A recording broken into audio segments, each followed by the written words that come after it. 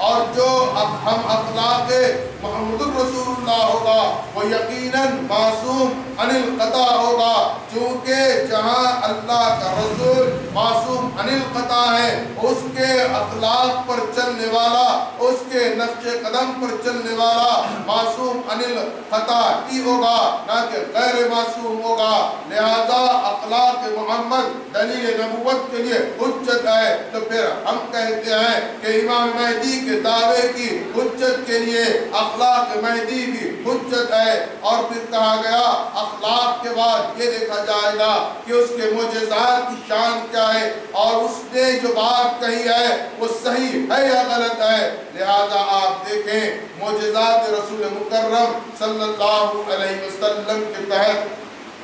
ہم اس بات کو تسلیم کرتے ہیں کہ آپ کے معجزات سچے ہیں جو آپ کی نبوت کی دلیل اور حجت کے لیے ہیں۔ اسی طرح معجزات امام آخر الزمان مہدی موعود علیہ السلام بھی آپ کے دعوے کی حجت اور دلیل کے لیے ہیں، جیسا کہ معجزات کو حضرت میاں عالم باللہ عبد الملک سجاوندی نے تقریباً 100 معجزات امام مہدی بیان کیا ہے۔ ہو سکتا ہے بے شمار ہو، لیکن ایک کتاب کی شکل میں معجزات امام مہدی کو 100 معجزات پر مشتمل کیا ہے۔ اسی طرح معجزات رسول کو بیان کیا گیا، تو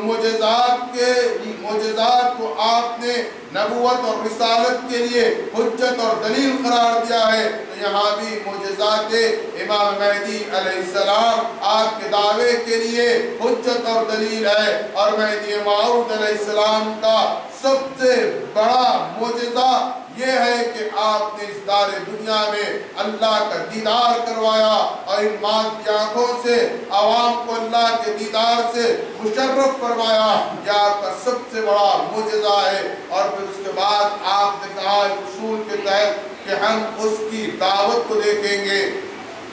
کہ دعوت دینے والا جس نے دعویٰ کیا ہے اس کی دعوت دنیا ہے، دنیا کی طرف ہے، تو اس کی دعوت کو قبول نہیں کیا جائے گا۔ ہو سکتا ہے کہ اس کی نیت میں دنیا کے حرص و لالچ ہو، اعلیٰ منصب کا حصول ہو، بادشاہ کو حکمرانی ہو، یعنی گویا وہ دنیا کا طالب ہے اور دعوے کا سہارا لے رہا ہے، تو اس کے دعوے کو تسلیم نہیں کیا جائے گا۔ لہذا رسول مکرم صلی اللہ علیہ وسلم کے دعوے میں بھی یہ حقانیت رہی ہے کہ آپ کا دعوے کا معاملہ حصول دنیا کے لیے نہیں تھا، بلکہ حصول اللہ کے لیے تھا۔ لہذا اسی طرح مہدی موعود علیہ السلام کے دعوے کو دیکھیں کہ کیا آپ کا دعویٰ حصول دنیا کے لیے ہے، بلکہ آپ نے تو دنیا کی محبت کے خاتمے کی بات کی ہے کہ رائی کے دانے کے برابر بھی کسی کے دل میں دنیا کی محبت نہ رہے، گویا آپ نے دنیا کی محبت کا خاتمہ کیا، اور آپ کی دعوت اللہ رہی ہے، دنیا نہیں رہی ہے۔ چنانچہ اس اصول کے مطابق میں مہدی موعود علیہ السلام اپنے دعوے میں سچے ہیں، اور اگر اس کے بعد بھی انکار کیا جاتا ہے تو یہ ہماری بدبختی ہے کہ ہم کو اللہ نے ایمان والا پیدا کیا اور ہم ایمان سے منحرف ہونا اپنی شان سمجھ رہے ہیں۔ لیکن یاد رکھیں کہ مہدی علیہ السلام کے تعلق سے ایک حدیث جہاں احادیث میں بات آئی ہے کہ یملأ الارض قسطا وعدلا کما ملئت جورا وظلما، اس حدیث کے مطابق کہتے ہیں کہ اس کی تطبیق امام مہدی پر صادق نہیں آتی، چونکہ حدیث میں کہا گیا کہ جس طرح دنیا جور و ظلم سے بھری ہوگی، امام مہدی اس کو عدل و انصاف سے دنیا کو بھر دیں گے۔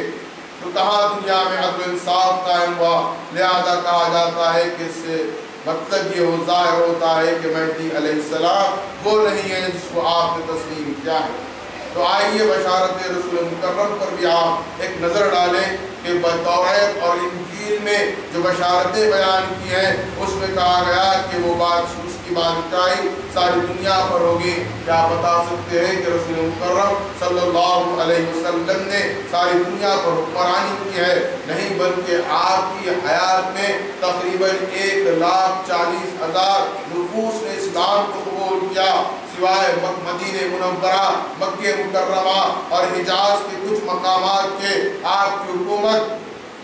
حدود عرب سے بھی متجاوز نہیں ہوئی، پھر بھی اس کے بعد ہم تسلیم کرتے ہیں۔ لیکن یاد رکھیں کہ جہاں یہاں اس حدیث میں کہا گیا یملأ الارض قسطا وعدلا کما ملئت جورا وظلما، اس کی آسان تشریح ہے کہ اللہ نے جہاں ساری دنیا کو، اللہ کے رسول نے جہاں اس حدیث میں ساری دنیا کو بیان کیا ہے، تو آپ مثال کے طور پر آپ غور کریں کہ کبھی آپ اخبار یا نیوز میں اس بات کو سماعت کریں گے، مثال کے طور پر آپ پڑھیں گے کہ آیا آپ دیکھیں گے کہا جائے گا کہ بغداد بم کے دھماکوں سے دہل گیا، سارا عراق بم کے دھماکوں سے دہل گیا۔ آپ غور کریں حقیقت کیا ہوگی؟ کہا جاتا ہے کہ سارا عراق یا سارا بغداد بم سے دہل گیا ہے، جبکہ بم ایک مخصوص مقام پر پھٹتا ہے جس کی وجہ سے وہ مخصوص مقام پر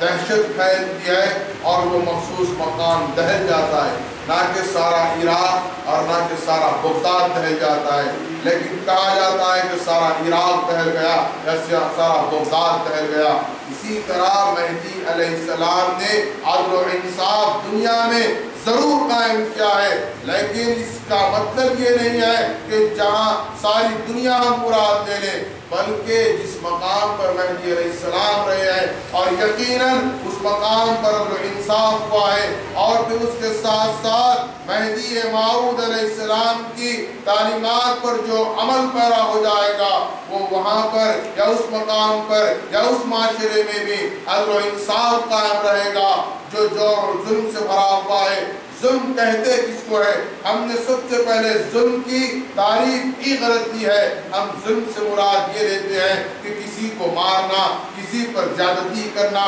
ڈکیتی کرنا، ہم نے اس کو ظلم سمجھ رکھا ہے، جبکہ ظلم کے معنی یہ ہے کہ کسی چیز کو اس کے غلط مقام پر رکھ دیں۔